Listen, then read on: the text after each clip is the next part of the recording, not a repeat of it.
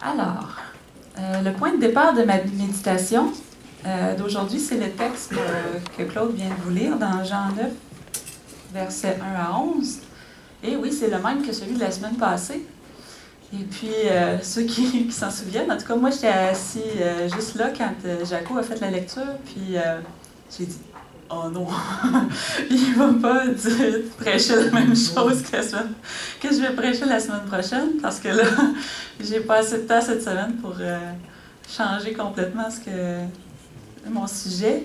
Mais non, la parole de Dieu est tellement riche qu'on peut utiliser le même message 2 semaines consécutives et en retirer quand même quelque chose, un enseignement complètement différent, sans pour autant être contradictoire, puisque c'est la parole de Dieu et elle ne se contredit jamais.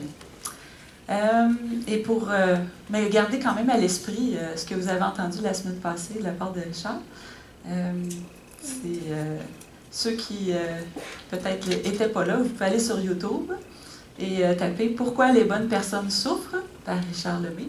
Vous allez pouvoir écouter le message. C'est une bonne publicité? C'est bon? Okay. Non, mais on est rendu sur YouTube maintenant. Donc, vous pouvez même partager sur Facebook à tous vos amis, tous vos contacts. Pas de barrière, pas de frontières dans notre monde maintenant. Alors, qu'est-ce qu'on peut apprendre de plus sur ce texte et sur Jésus et sur nous en lisant Jean chapitre 9? Eh bien, on va commencer par, première chose, parler de la misère d'un homme aveugle. Premièrement, on sait qu'il était aveugle. Donc, au verset 1. Ah oui. La lumière du monde, c'est ça le titre de ma prédication. Alors, l'homme était aveugle. On le voit au verset 1. Jésus vit en passant un homme aveugle de naissance. OK. D'après les Écritures, cet homme est né aveugle. Je ne sais pas pour vous, mais le concept de ne rien voir, pour moi, ça me semble terrible. Je sais que certaines personnes ont vécu ce problème. C'est quelque chose, en tout cas dans notre monde, où est-ce qu'on est tellement stimulé visuellement que, pour moi, je ne sais pas comment je serais capable de vivre avec ça. Et pourtant, cet homme avait passé toute sa vie dans la noirceur. Là, vous me voyez sans lunettes, mais j'ai des verres de contact parce que si je n'avais pas de lunettes, ce serait pas... je ne suis pas aveugle, mais je ne vois pas très bien, en tout cas pas très, très loin. Et passer une journée sans mes lunettes, je serais misérable. Alors, imaginez de même pas distinguer les formes et les couleurs. Je ne sais pas comment je pourrais faire ça. Avez-vous déjà fait l'expérience de marcher dans le noir? Oui. Pas juste qu'il fait sombre un peu, là, mais vraiment dans le noir. C'est stressant, c'est épeurant. On a de la difficulté à évaluer les distances. Souvent, on va se promener avec les mains comme ça devant nous parce que on ne sait pas comment faire pour se protéger, pour sentir les objets. Notre vue, c'est vraiment quelque chose de très, très... on ne s'en rend pas compte comment c'est important de voir. Mais vous savez, il existe une manière d'être aveugle qui est encore bien pire que le fait de ne pas voir. Ne pas voir avec ses yeux. C'est de loin pire d'être aveugle spirituellement. Et c'est dans cet état que se trouve notre monde aujourd'hui. Dans 2 Corinthiens 4, au verset 3 et 4, si vous voulez, vous pouvez tourner. Je n'ai pas préparé de PowerPoint aujourd'hui. Je me suis dit, je vais vous faire travailler. Vous ne pouvez pas venir à l'église sans apporter votre Bible. C'est notre outil, notre arme dans la bataille. Ça prend la parole de Dieu. 2 Corinthiens 4, versets 3 et 4 nous dit « Si notre évangile est encore voilé, il est voilé pour ceux qui périssent, pour les incrédules, dont le Dieu de ce siècle a aveuglé l'intelligence, afin qu'ils ne vissent pas briller la splendeur de l'Évangile de la gloire de Christ, qui est l'image de Dieu. Une intelligence aveugle. Elle ne voit pas briller la splendeur de l'Évangile. Lorsque vous n'avez pas encore reçu Jésus comme votre sauveur personnel, vous êtes dans une noirceur spirituelle. Mais on sait qu'il y a de l'espoir. Jésus ne veut pas qu'on reste dans la noirceur. Si on continue notre texte dans Jean au chapitre 9, vous voyez, là, j'ai apporté ma grosse Bible, là, mais c'est pas juste parce que je veux paraître importante avec la grosseur de ma Bible, c'est parce que c'est écrit gros. Je ne verrai pas à cette distance-là. C'est vraiment un sujet... quand on voit pas bien, on se sent démuni. Alors, la naissance de cet homme. On peut apprendre des choses aussi avec la naissance de cet homme-là. Au verset 2 et 3, de Jean chapitre 9 toujours, on nous dit, ses disciples lui firent cette question. Rabbi, qui a péché, cet homme ou ses parents, pour qu'il soit né aveugle? Jésus répondit, ce n'est pas que lui ou ses parents aient péché, mais c'est afin que les œuvres de Dieu soient manifestées en lui. Plusieurs pourraient dire qu'il aurait été mieux pour cet homme de ne jamais être né. Mais ce n'était pas le sentiment de Jésus.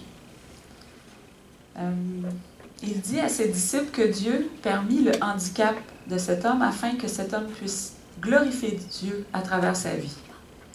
Quelle belle vérité! On a besoin de réaliser que Dieu peut prendre n'importe quelle vie, n'importe quelle, peu importe à quel point elle a été ruinée par le péché, et la sauver par sa grâce et la changer en une bénédiction et une joie sans fin. Après tout, nous avons été créés pour vivre avec Dieu et lui donner gloire, nous dit Ésaïe 43, verset 7. Jésus se spécialise dans la restauration de vies délabrées et perdues. Voici, toutes choses sont devenues nouvelles. 2 Corinthiens 5, verset 17 dit « En Christ, vous êtes une nouvelle créature. » Qu'est-ce qu'on sait d'autre sur cet homme-là? On sait qu'il mendiait. Au verset 8, on nous dit « Ses voisins et ceux qui auparavant l'avaient connu comme un mendiant disaient « N'est-ce pas là celui qui se tenait assis et qui mendiait? » Puisqu'il était aveugle, cet homme ne pouvait pas se trouver d'emploi. Il devait mendier pour de l'argent, pour de la nourriture. C'est triste parce qu'il n'était pas bête, là. Il ne manquait pas d'intelligence. Mais il n'était probablement juste pas allé à l'école parce qu'il ne voyait pas. Puis pour ça, il avait été mis à l'écart de la société à cause de son handicap. Mais Jésus, lui, il avait une mission spéciale pour lui. Après sa guérison, il enseigne aux pharisiens. Au verset 34, les pharisiens sont un petit peu blessés, puis ils disent, ils lui répondirent, « Tu es né tout entier dans le péché, et tu nous enseignes? » Et ils le chassèrent de la synagogue. Alors, les gens qui l'ont entendu ont vu qu'il parlait avec autorité. Donc, ce n'était pas quelqu'un qui était dépourvu d'intelligence. Et pourtant, il était obligé, il était réduit à mendier pour sa nourriture. Quand Jésus touche le cœur, toutes choses deviennent nouvelles. L'ignorant parle avec assurance parce qu'il témoigne de ce que Jésus a fait dans sa vie. Celui qui a beaucoup de connaissances, lui, il reconnaît son ignorance devant la sagesse de Dieu. Comme Paul qui considérait tout son enseignement reçu des pharisiens comme de la boue en comparaison aux vérités précieuses communiquées par l'Esprit.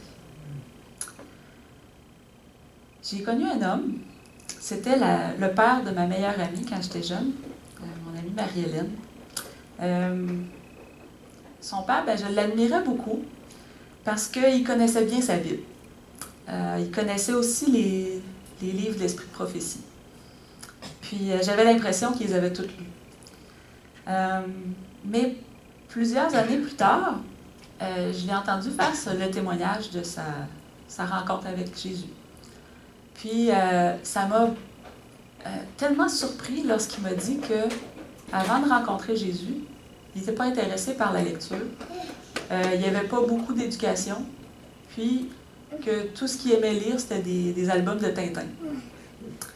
Et puis, je me disais, cet homme-là qui connaît si bien les Écritures, qui a lu presque tous les livres d'Ellen White, en tout cas, que moi je connaissais, parce qu'il y en a beaucoup, mais je me disais, qu'est-ce qui a changé? Qu'est-ce qui a fait? Parce qu'il avait rencontré Jésus, il voulait en connaître plus sur cette personne, ce grand personnage. Il s'est mis à lire la parole de Dieu, puis c'est la parole de Dieu qui l'a enseigné. C'est la parole de Dieu qui lui a donné le goût de la lecture, qui lui a donné le goût de creuser pour trouver, comme quelqu'un qui aperçoit le coin d'un coffre enfoui dans le sol, puis qui se dit, il y a peut-être un trésor, puis qui se met à creuser encore plus fort, puis que finalement, il se rend compte que oui, la parole de Dieu renferme des vérités incroyables. Puis, il disait que c'est vraiment Dieu qui lui a permis d'apprendre ces choses-là, puis de vouloir toujours en savoir plus, puis de toujours avoir soif de connaître. L'amour de Dieu, c'est ce qui permet aux chrétiens d'atteindre la maturité. Peu importe la petitesse de la graine qui était là au départ. Quand l'amour de Dieu brille sur nous, c'est comme le soleil qui attire la petite plante. Et elle va devenir une plante à maturité, peu importe. Même si la petite graine qui a été placée en terre était insignifiante, elle peut devenir, vous connaissez la parabole du grain de sénévé. On va maintenant s'attarder au ministère de Jésus. Dans cette histoire-là, on voit deux personnages, celui de l'aveugle, mais aussi de Jésus. Mais comment il a rencontré ce Jésus-là et comment il l'a connu? Bien, à travers Jésus, l'homme a été exposé à la lumière. Lorsque Jésus rencontre l'aveugle, la vie de cet homme est changée à jamais. Premièrement, parce que Jésus l'a guéri de son handicap physique. Et lorsqu'il se rend au réservoir de Siloé pour laver ses yeux, il est guéri aussitôt. Et notez que lorsque l'homme est questionné par la suite sur ce qui s'est passé, il ne mentionne jamais la salive de Jésus. Au verset 11, que Claude nous a lu tout à l'heure, on dit « Comment tes yeux ont-ils été ouverts? » Il répondit « L'homme qu'on appelle Jésus a fait de la boue, a oint mes yeux et m'a dit « Va au réservoir de Siloé et lave-toi. » Il ne parle pas de la salive de Jésus. Pourquoi? Bien, parce qu'il n'a pas vu ce que Jésus avait fait. Puis, il y a une leçon pour nous, parce que il était aveugle, il ne l'a pas vu, mais nous aussi, des fois, on est aveugle parce qu'on ne voit pas tout ce que Dieu fait pour nous. Lorsque Dieu travaille dans nos vies, il tente de nous attirer vers lui, mais parfois, je devrais dire même la plupart du temps, on ne voit pas tout le travail accompli par Dieu. Et même souvent, après notre conversion, après qu'on sache que Jésus agit dans notre vie, on ne mesure pas toute la portée de ce qu'il fait, toutes les petites choses, les petits gestes, les petites connexions que Jésus fait pour nous amener vers lui. On réalisera peut-être même jamais toutes les petites choses que Dieu a fait pour nous. On aura toute l'éternité peut-être pour les découvrir et pour méditer là-dessus et pour le remercier surtout. Maintenant, voyons le cheminement de cet homme à partir du moment où la lumière entre dans sa vie. Lorsqu'il relate aux pharisiens, parce que par la suite, l'histoire se poursuit, et les pharisiens veulent savoir qu'est-ce qui s'est passé pour que cet homme-là recouvre la vue, parce qu'ils ne peuvent pas concevoir qu'un homme aveugle de naissance puisse être guéri. Alors, L'homme doit se questionner et en même temps qu'il est questionné, il doit fournir des réponses et ça l'amène à comprendre de mieux en mieux qu'est-ce qui s'est passé dans sa vie. Il commence par dire que cet homme-là s'appelait Jésus. Au verset 10 à 11, il dit, il lui dit, comment tes yeux ont-ils été ouverts? Il dit, l'homme qu'on appelle Jésus a fait de la boue. Il a oint mes yeux et m'a dit, va au réservoir de Siloé et lave-toi. J'y suis allé, je me suis lavé, j'ai recouvré la vue. C'est simple. Hein? Il lui dit, mais où est cet homme? Il répondit, je ne sais pas. Donc, pour lui, il a rencontré un homme qui lui a dit de faire quelque chose, puis il l'a fait. Puis, il sait juste que c'est un gars qui s'appelait Jésus. Tout ce qu'il sait de lui, c'est ça. Il ne savait même pas lequel c'était, il ne l'a pas vu. Il ne pourrait pas le reconnaître dans une foule. Il ne pourrait pas dire c'est lui, il ne sait pas. Il l'a laissé à l'endroit sur le bord du chemin, puis il est allé au réservoir de Siloé, puis c'est rendu au réservoir qu'il a commencé à voir. Jésus est loin, il ne peut pas savoir à quoi il ressemble. Il l'aurait croisé dans la rue, il ne l'aurait même pas reconnu. Ensuite, avec les questions des pharisiens, l'homme présente Jésus comme un prophète. On va continuer la lecture, versets 13 à 17. Ils menèrent vers les pharisiens celui qui avait été aveugle. Or, c'était un jour de sabbat que Jésus avait fait de la boue et lui avait ouvert les yeux. Jésus a fait de la boue le jour du sabbat. De nouveau, les pharisiens aussi lui demandèrent comment il avait recouvré la vue. Et il leur dit, il a appliqué de la boue sur mes yeux, je me suis lavé et je vois. Sur quoi quelques-uns des pharisiens dirent, cet homme ne vient pas de Dieu, car il n'observe pas le sabbat. D'autres dirent, comment un homme pécheur peut-il faire de tels miracles? Et il y eut division parmi eux. Ils dirent encore à l'aveugle, toi, que dis-tu de lui, sur ce qu'il t'a ouvert les yeux? Il répondit, c'est un prophète. Bon, on voit que Jésus ne respecte pas le sabbat, parce qu'il a fait une guérison le jour du sabbat, puis en plus, il a fait de la boue. Il n'a pas juste guéri, il a fait de la boue. Hey, donc, Jésus ne respecte pas le sabbat, donc Jésus est un pécheur. Donc, un pécheur ne peut pas faire de miracle, mais pourtant, l'homme a été guéri. Donc, il y a un problème. Puis là, ça crée une division entre les gens qui écoutent l'histoire, parce qu'il y en a qui croient que, oui, l'homme a été guéri, on le connaît, on sait, depuis qu'il est tout petit, il ne voit rien, puis là, il voit. Il y en a d'autres qui disent non, il devait mentir tout ce temps-là. Je sais pas, là, non, il n'est pas vraiment guéri. Alors, ils demandent l'opinion de l'homme pour trancher. On va pas capable de se faire une idée eux-mêmes. Puis l'homme dit, c'est un prophète. Un prophète, qu'est-ce que c'est? C'est quelqu'un dont les conseils sont à écouter. L'homme a suivi le conseil de Jésus qui lui disait, va te laver. Il est allé, puis il a été guéri. Donc, Jésus doit être un prophète, puisque en suivant ses conseils, il arrive des choses bonnes. Pas si bête que ça, le monsieur. Ensuite, l'homme va continuer à parler sous l'interrogatoire des pharisiens et nous dire que c'est un homme de Dieu. Continuons la lecture, versets 18 à 33. Les Juifs ne crurent point qu'il eût été aveugle et qu'il eût recouvré la vue jusqu'à ce qu'ils eussent fait venir ses parents. Ils les interrogèrent, disant, « Est-ce là votre fils, que vous dites être né aveugle?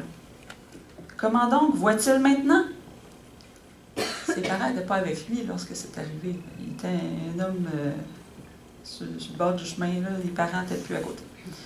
Donc ses parents répondirent, « Nous savons que c'est notre fils et qu'il est né aveugle. Mais comment il voit maintenant ou qui lui a ouvert les yeux, c'est ce que nous ne savons pas. Interrogez-le vous-même. Il a de l'âge, donc il a de l'âge pour répondre. Il parlera de ce qui le concerne. » Ses parents dirent cela parce qu'ils craignaient les Juifs, car les Juifs étaient déjà convenus que si quelqu'un reconnaissait Jésus pour le Christ, il serait exclu de la synagogue. Donc les parents se sont dit, nous autres, on ne le sait pas, demandez-lui. Si lui, il dit quelque chose de compromettant, mais ce sera lui qui en souffrira. OK. Le lien familial était peut-être... peut-être qu'il était fâché après lui, parce que dans la pensée de l'époque, si un enfant naissait handicapé, c'est que ses parents étaient pécheurs. Donc, ils se sont fait probablement leur vie comme « vous avez péché, c'est pour ça que vous avez un enfant comme lui ». Peut-être pour ça qu'il aime mieux pas trop se mêler à lui, se compromettre pour lui. C'est pourquoi ses parents dirent « Il a de l'âge, interrogez-le lui-même ». Les pharisiens appelèrent une seconde fois l'homme. Encore. L'homme qui avait été aveugle et lui dirent « Donne gloire à Dieu ». Jésus avait dit qu'il était handicapé pour donner gloire à Dieu. C'est une belle boucle. Et en fait, donne gloire à Dieu, c'est une phrase de figure de style de l'époque qui disait « Dis la vérité ». Donne gloire à Dieu. Si tu donnes gloire à Dieu, tu n'es pas dans le mensonge. Donne gloire à Dieu, nous savons que cet homme est un pécheur. Ben oui, il a transgressé le sabbat. Il répondit, s'il est un pécheur, je ne sais. Mais je sais une chose, c'est que j'étais aveugle et que maintenant je vois. Son témoignage, c'est ça. Ils lui dirent, que t'a-t-il fait? Comment t'a-t-il ouvert les yeux? Il leur répondit, je vous l'ai déjà dit et vous ne m'avez pas écouté. Pourquoi voulez-vous l'entendre encore? Voulez-vous aussi devenir ses disciples? Il devait être content, les pharisiens, de se faire dire ça. Ils l'injurièrent et dirent, c'est toi qui es son disciple. Nous sommes disciples de Moïse. Nous savons que Dieu a parlé à Moïse, mais celui-ci, nous ne savons d'où il est. Cet homme leur répondit, il est étonnant que vous ne sachiez d'où il est. Oui, vous avez des yeux pour voir. C'est étonnant, et cependant, il m'a ouvert les yeux. Nous savons que Dieu n'exauce point les pécheurs, mais si quelqu'un l'honore et fait sa volonté, c'est celui-là qui l'exauce. Jamais on n'a entendu dire que quelqu'un ait ouvert les yeux d'un aveugle-né. Si cet homme ne venait pas de Dieu, il ne pourrait rien faire. Amen. Est-ce que je suis rendue là? 33? Oui, OK. Donc, avec l'interrogatoire des pharisiens, le témoignage de l'homme se précise. Il devient quasiment en train de leur faire une prédication. Il est en train de leur faire la leçon. Et sa conclusion, c'est que c'est un homme de Dieu. C'est un homme qu'on doit suivre parce qu'il fait des bonnes choses. Puis s'il m'a guéri, c'est parce que Dieu est avec lui. Donc, on doit le suivre. Puis il demande même aux pharisiens s'ils veulent le suivre aussi. Bon, on va aller encore plus loin. Il affirme qu'il est le Fils de Dieu.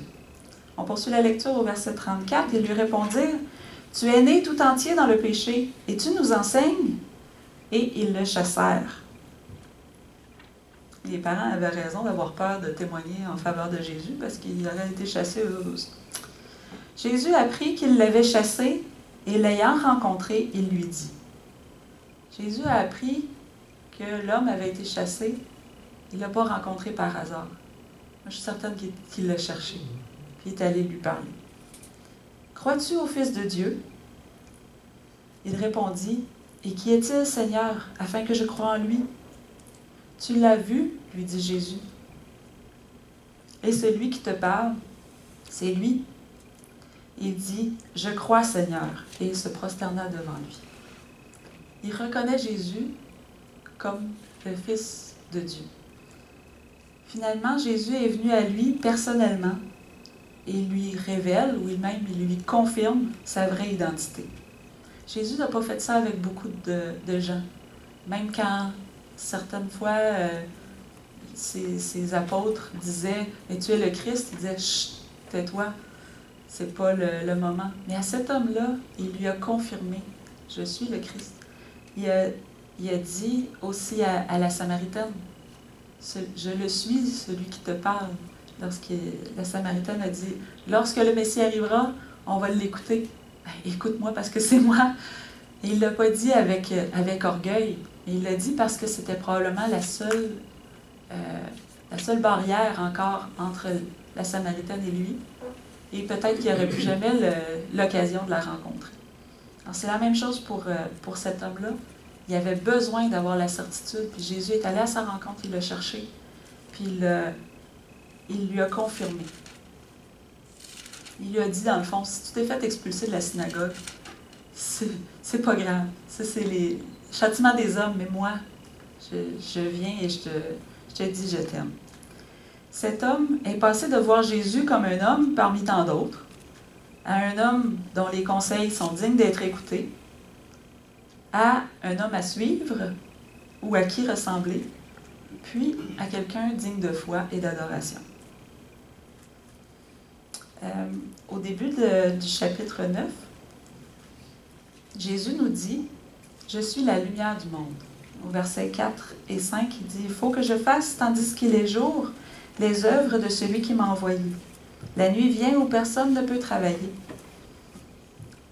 Pendant que je suis dans le monde, je suis la lumière du monde. » Lorsque Jésus était sur terre, sa tâche était de délivrer les hommes des ténèbres.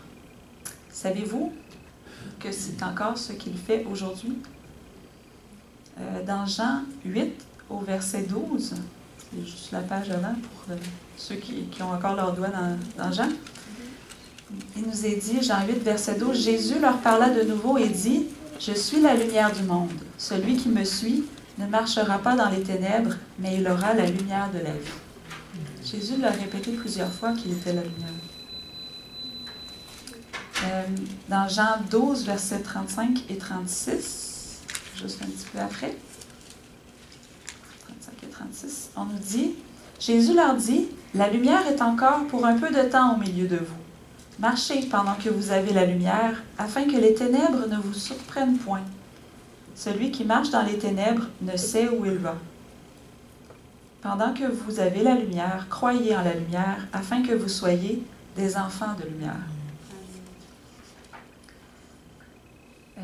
Dans Matthieu 4, versets 16 et 17, c'est un texte qui est tiré de Ésaïe 8, verset 23, on nous dit « Ce peuple assis dans les ténèbres a vu une grande lumière, et sur ceux qui étaient assis dans la région de l'ombre de la mort, la lumière s'est levée. » Dès ce moment, Jésus commença à prêcher et à dire « Repentez-vous, car le royaume des cieux est proche. » Attendez, est-ce que c'est le message de Jean-Baptiste, ça? « Repentez-vous, car le royaume des cieux est proche. » Est-ce que je me suis trompée de personnage?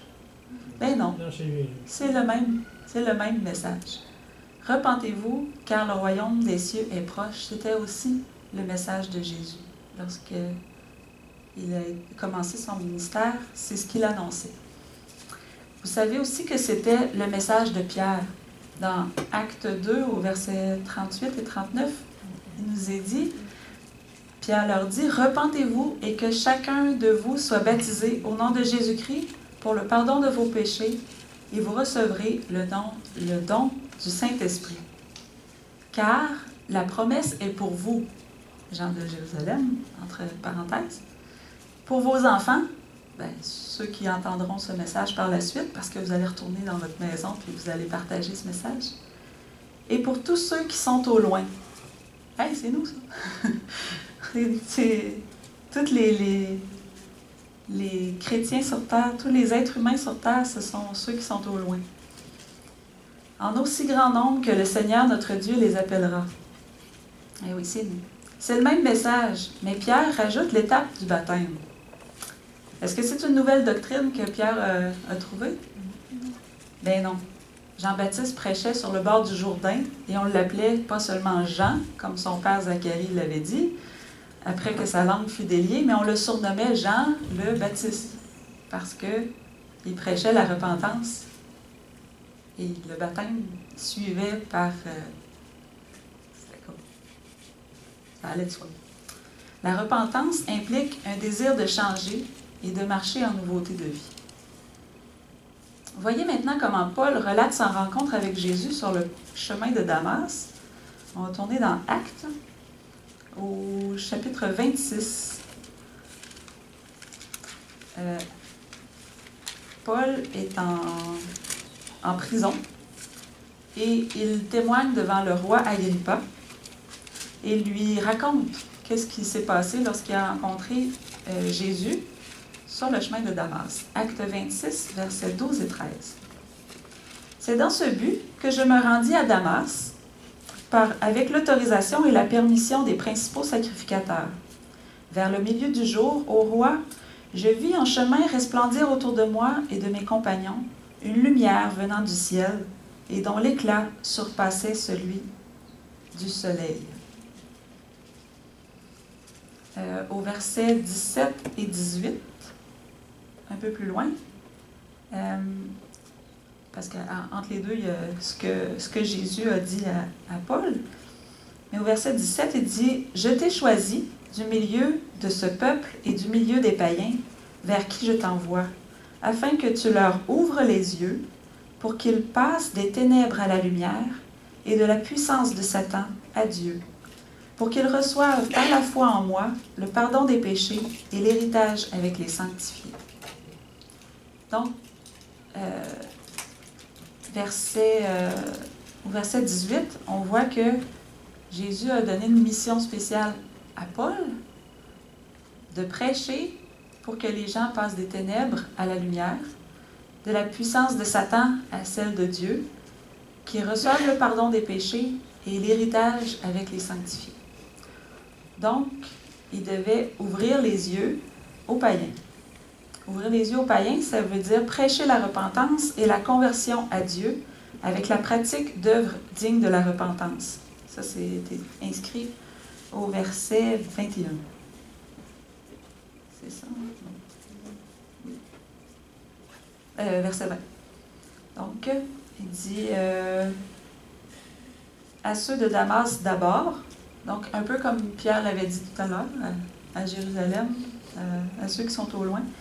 À ceux de Damas d'abord, puis à Jérusalem, dans toute la Judée et chez les païens, j'ai prêché la repentance et la conversion à Dieu avec la pratique d'œuvres dignes de la repentance. Donc, c'est encore le même message.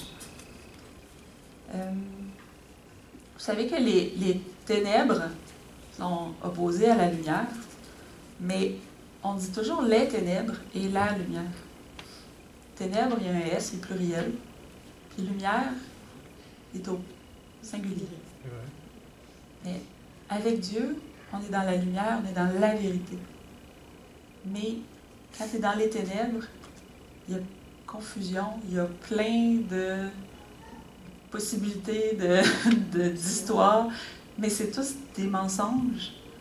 Puis un mensonge peut avoir l'air vrai, mais il ne l'est pas. Un autre peut avoir l'air aussi vrai, mais il ne l'est pas non plus. C'est toutes des histoires qui sont racontées, mais qui nous égarent. Mais avec Jésus, il y a une seule vérité. Elle est toujours vraie. Elle était vraie quand elle a été présentée à Adam et Ève. Elle est encore vraie aujourd'hui. La vérité est pure, est toujours la même. Donc, si quelqu'un veut ajouter quelque chose ou modifier ce qui vient de Dieu, ce qui est lumière, se retrouve tout de suite en ténèbres. Même chose quand on a du blanc. Blanc, c'est blanc. Si tu mets même juste un petit peu de couleur dedans, même si c'est juste un petit peu, c'est plus du blanc. C'est autre chose. Mais la pureté du blanc est corrompue. On ne peut plus appeler ça du bleu. Donc, c'est la même chose. Si on met un peu de ténèbres dans la lumière, c'est plus de la lumière, c'est des ténèbres.